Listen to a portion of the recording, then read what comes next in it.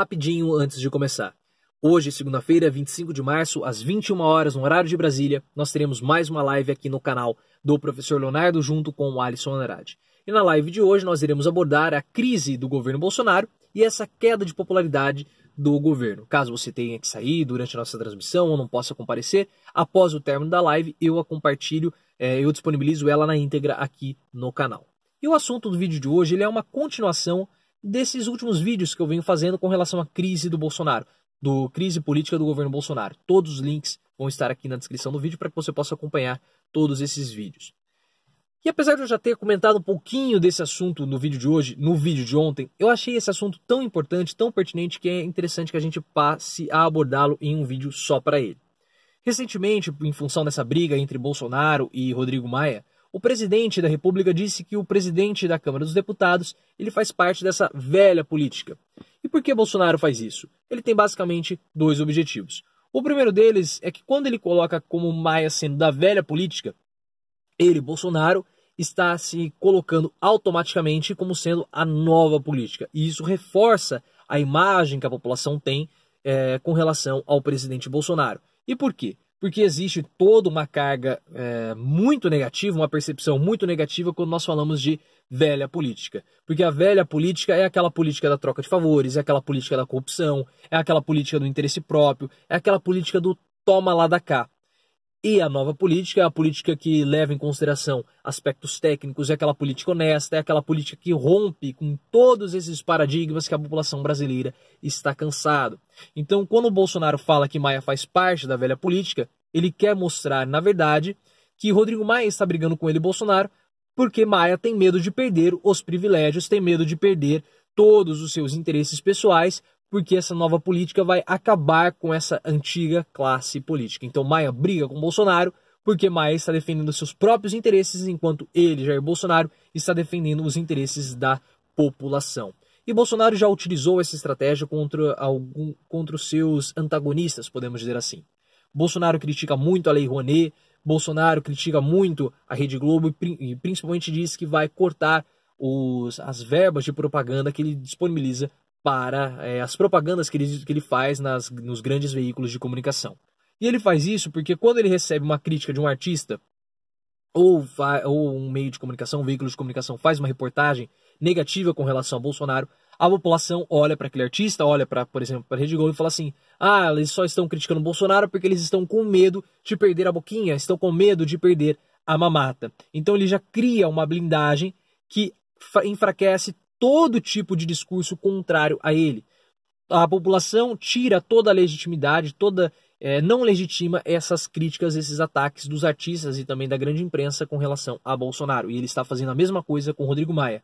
Então os ataques de Rodrigo Maia a Bolsonaro e também a Sérgio Moro são interpretados pela população como sendo um desespero da velha política que está brigando com a nova política, porque a velha política está com medo de perder os seus benefícios, os seus privilégios. Então isso enfraquece demais o poder de fogo, enfraquece demais as críticas de Maia contra Bolsonaro e Sérgio Moro. Então antes mesmo do ataque chegar, ele já está enfraquecido. E o outro objetivo de Bolsonaro é criar, obviamente, o espetáculo. Então quando ele antagoniza, ele transforma essa briga de mocinho contra bandido, essa disputa de nova e velha política, Bolsonaro cria um espetáculo. E é isso que a população quer ver. A população, ela quer consumir um espetáculo, porque a nossa sociedade, o mundo pós-moderno, ela é a sociedade do consumo do espetáculo. E esse é um consumo absurdamente superficial. E como funciona basicamente? Quando nós vamos a um shopping, quando nós vamos a um supermercado, a gente chega e olha aqueles produtos na gôndola, todos eles se exibindo, dançando uma espécie de balé para nos seduzir com o seu espetáculo, com as suas embalagens. Então aquele produto que tem o maior espetáculo, ele vai ser consumido para que a gente leve esse produto para as nossas casas, para que esse produto possa continuar o seu espetáculo em nossos lares. Um espetáculo para os outros ou até mesmo um espetáculo para nós mesmos, porque o consumo hoje é muitas vezes individual. Então aquele produto que tem o maior espetáculo, ele vai ser comprado, ele vai ser adquirido.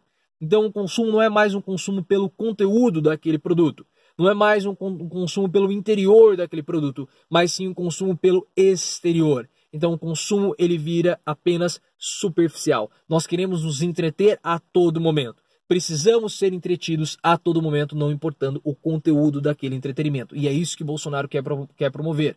Ele quer entreter a população, ele quer entreter os seus eleitores, provocando um espetáculo. E ele faz isso muito bem, porque ele sabe que as redes sociais elas são o ambiente do espetáculo, principalmente o YouTube. O que dá visualização aqui no YouTube é confusão, é treta, é discussão, é briga.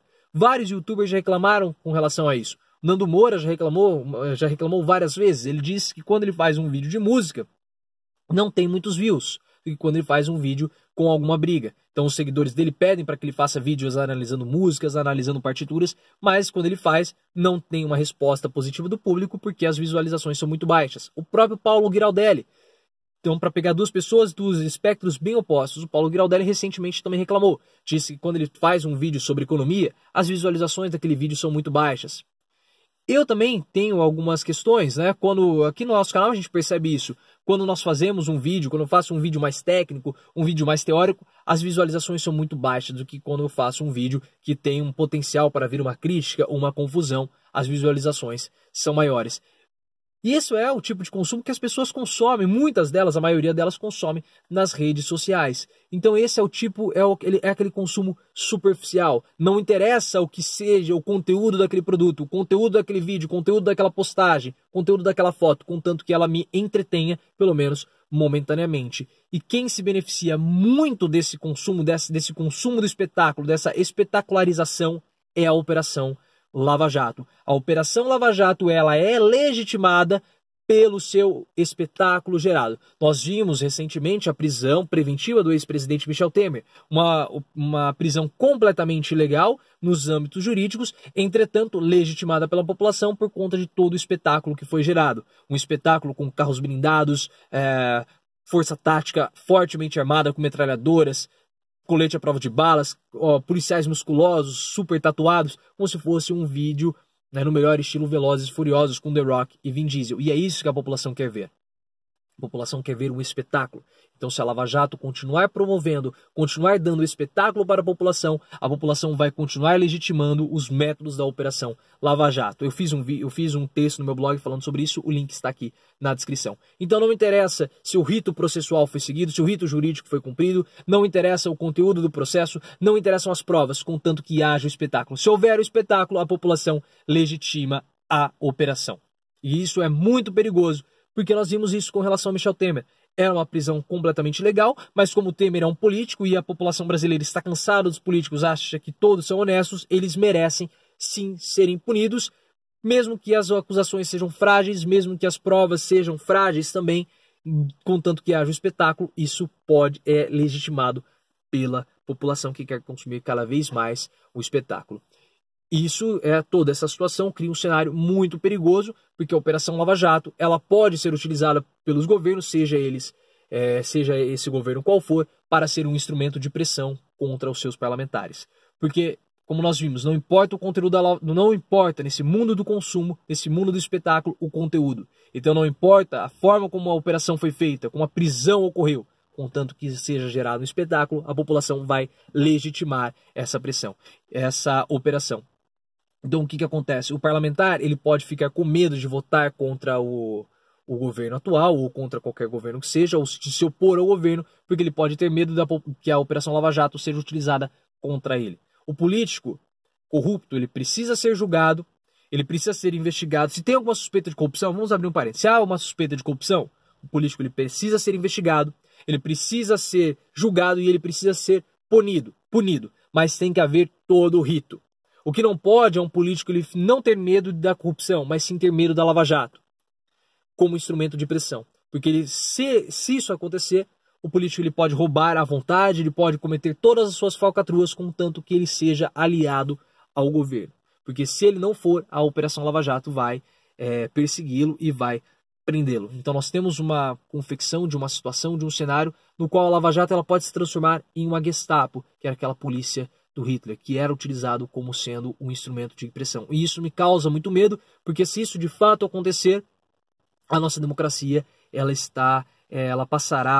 será, na verdade, completamente destruída, porque a Lava Jato ela vai ser utilizada como instrumento de pressão para que os parlamentares acabem votando sempre a favor do governo que está no poder, da pessoa que está ocupando a cadeira de presidente. E não importa o método, é como eu falei, desde que haja o espetáculo, a população legitima a operação e o governo pode muito bem utilizar a Operação Lava Jato como sendo um instrumento de pressão. Utilizando esse tipo de argumento, nós somos a nova política e eles são a velha política. Então a Lava Jato ela está perseguindo, ela está indo contra a velha política. E aí a população legitima e nós temos um instrumento fortíssimo de pressão respaldado pela população.